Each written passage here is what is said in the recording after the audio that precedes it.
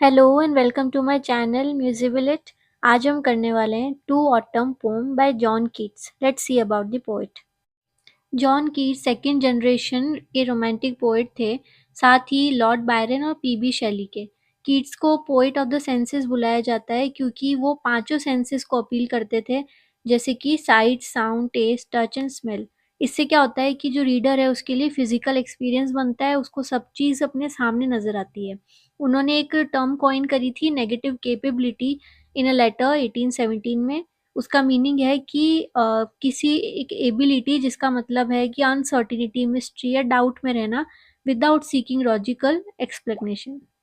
इससे रीडर और राइटर दोनों को ही फ्रीडम मिलती है कि वो किसी वर्क को जो है प्रॉपर एंजॉय कर सके बिना किसी लॉजिकल मोटिवेशन के।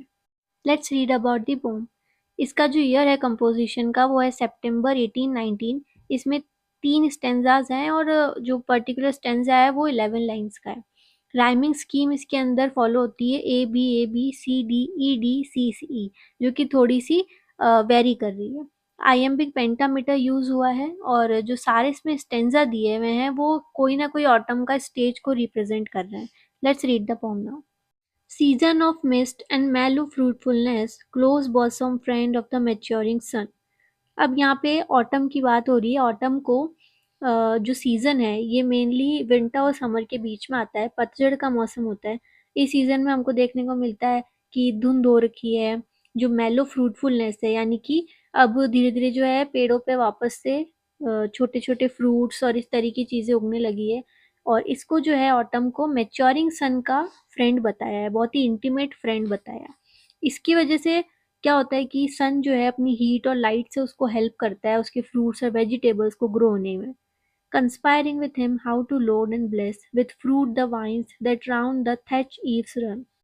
अब जो ऑटम है वो अपने फ्रेंड सन के साथ क्या कंस्पायर कर रहा है कि him how to load and bless, कि कैसे जो है वो फ्रूट्स के अंदर अब लोड कर सकता है जो फ्रूटीनेस है, जो स्वीटनेस है वो, और ब्लेस कर सकता है किनको, जो फार्म हाउस है थैचीवरन, यानी कि जो फार्म हाउस है वहाँ पे जो वाइन्स फ्रूट लटके हुए रहेंगे उन्हें वो लोड कर रहे हैं।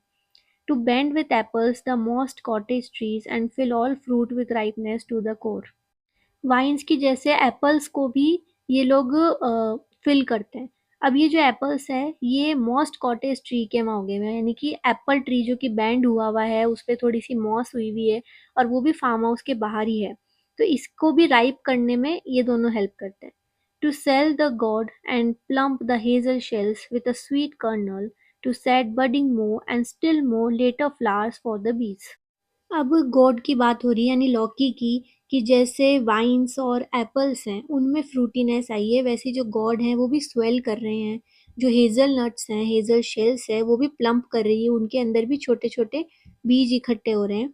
टू सेट बडिंग मोर, और वो उसके साथ साथ क्या हो रहा है, जो फ्लावर्स हैं वो भी ग्रो हो रहे हैं, बढ़ते जा रहे हैं, और जब ये फ्लावर्स अपने पूरी तरीके से बढ़ जाएंगे तब इनके पास कौन आएगा, बीज आएंगी, और वो बीज क्या करेगी, पोलिनाइजेशन।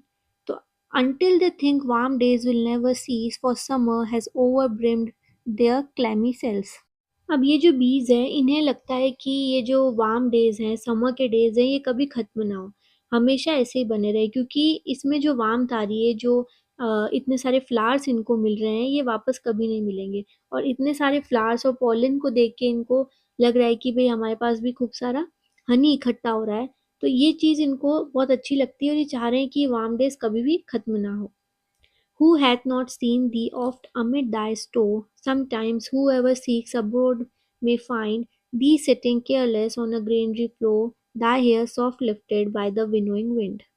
अब यहाँ पे एक रिटोरिकल क्वेश्चन पूछ रहे हैं स्पीकर कि ऑटम तुम्हें कभी किसी ने नोटिस कैसे नहीं किया होगा, क्योंकि तुम जहाँ रहते हो, जो तुम्हारा स्टोर है, जो ये स्टोर की बात हो रही है, इसका मतलब है कि जितनी भी ये फ्रूटफुलनेस वार्मथ लेके आती है ऑटम, ये जहाँ पे स्टोर्ड है, तो यहाँ तुमको कैसे कोई नोटिस नहीं कर सकता। तो यहाँ पे एक तरीके से इसे पर्सोनिफाई किया गया है, यहाँ पे हार्वेस्टर की तरह इन्हें बताया गया है, जहाँ पे कि जैसे ही जो ग्रेनरी फ्लोर होते हैं, यानी कि ऐसी जगह जहाँ पे ग्रेन्स स्टोर्ड रहते हैं, वहाँ पे तुम मिलती हो, जहाँ पे जब मतलब कि तुम वहाँ बैठी रहती हो तो तुम्हारे जो हेयर्स हैं वो एक विंड के साथ, लाइट विंड के साथ सेपरेट होते हैं, जैसे कि ग्रेन जो है व्हीट में से हार्वेस्ट होता है, कंपोनेंट जो अलग होता है सीव के थ्रू, तो वैसे ये इसे बता रहे हैं।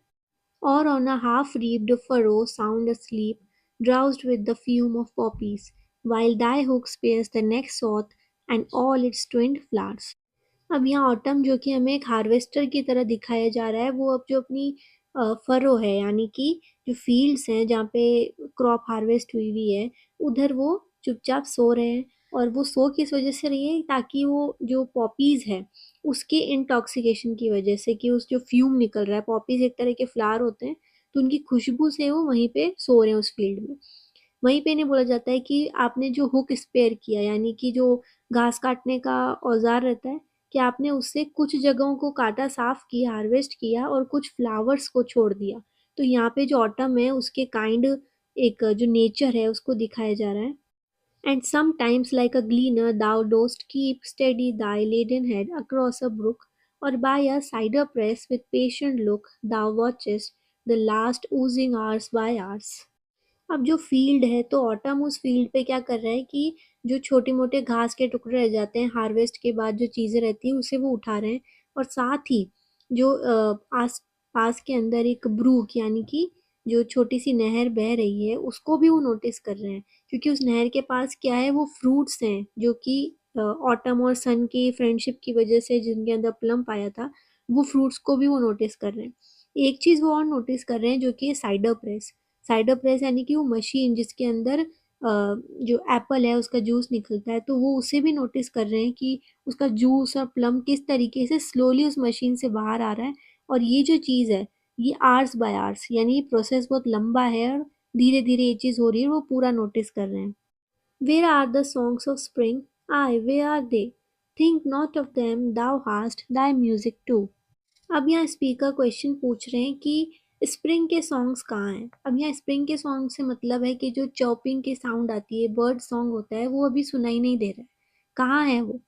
फिर वो उनको वापस से बोलते हैं ऑटम को ही, कि तुम्हें इस बारे में सोचने की जरूरत नहीं है कि स्प्रिंग का सॉन्ग कहाँ है, तुम्हारे पास तुम्हारा खुद का म्यूजिक है। Which barred clouds bloom the soft dying day and touch the stubble plains with rosy hue. अब वो ऑटम के सॉन्ग को एक्सप्लेन करते हैं कि तुम्हारा जो म्यूजिक है उसके बैकग्राउंड में क्या है, ब्यूटीफुल शेडोड क्लाउड्स हैं। ये जो क्लाउड्स हैं, ये इवनिंग स्काई के अंदर, जो शाम का जो आसमान होता है उसमें फैले हुए हैं, और उसके बीच में से क्या आ रही है, सनलाइट आ रही है। ये जो सनलाइट है, क्योंकि ये शाम की है, तो ये कैसा पिंकिश ग्लो दे रही है।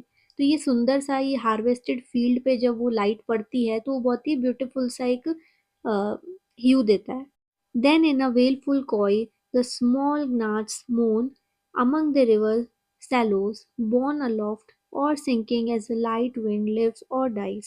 अब ये बताते हैं कि तुम्हारे म्यूजिक के अंदर जो सबसे इम्पोर्टेंट चीज़ है, वो है जो स्मॉल gnats रहते हैं। स्मॉल gnats कौन होते हैं, छोटे छोटे इंसेक्ट्स रहते हैं जिनकी हमें शाम के वक्त आवाज़ आती है। तो ये जो स्मॉल नेट्स हैं, ये भी मोन कर रहे हैं, यानी कि ये भी जो एक दुख भरा गाना है, म्यूजिक है, उसे बोल रहे हैं, सुना रहे हैं। ये कहाँ से सुना रहे हैं, रिवर के पास जो विलोज है, विलोज एक प्लांट होते हैं येलोइश पेल येलो कलर के, तो यहाँ पे ये बैठ के अपना म्यूजिक सुना रहे हैं।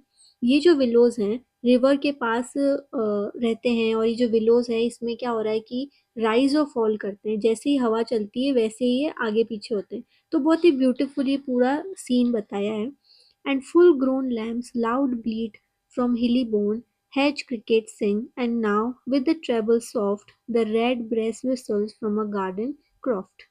अब यहाँ और भी इंसेक्ट्स हैं, एनिमल्स हैं जो कि इस म्यूजिक का साथ दे रहे हैं। वो कौन है, लैम्स हैं, यानी कि जो फुल ग्रोन लैम्स हैं वो भी गा रहे हैं, उनका भी जो एक ब्लास्ट साउंड होता है वो भी आ रहा है। हेज क्रिकेट्स, और जो क्रिकेट्स होते हैं वो भी अपने साथ साथ बुशेस पे बैठ के गा रहे हैं। एक बर्ड है जिसका रेड ब्रेस्ट बर्ड रहती है, वो भी सॉफ्टली विसल कर रही है स्मॉल गार्डन में। तो एक एक डिटेल उन्होंने बहुत माइन्यूटली दिखाई है। And gathering swallows twitter in the skies, last line में ये बोलते हैं, जो स्वेलोज है, स्वेलोज भी एक तरह की बर्ड होती है, उसकी लॉन्ग टेल होती है और अपनी म्यूजिक की वजह से वो जानी जाती है। तो ये स्वेलोज भी अब वहाँ पे इकट्ठी हो रही है, और जैसे जैसे स्काई डार्क हो रहा है वैसे वैसे ये जो स्वेलोज हैं, इनकी सिंगिंग और मेलोडी ये भी बढ़ रही है। यहाँ पे ये पोम खत्म होती है। आपको ये पोम कैसी लगी ज़रूर बताना, and if there is something I need to change in my interpretation then please let me know. Thank you so much.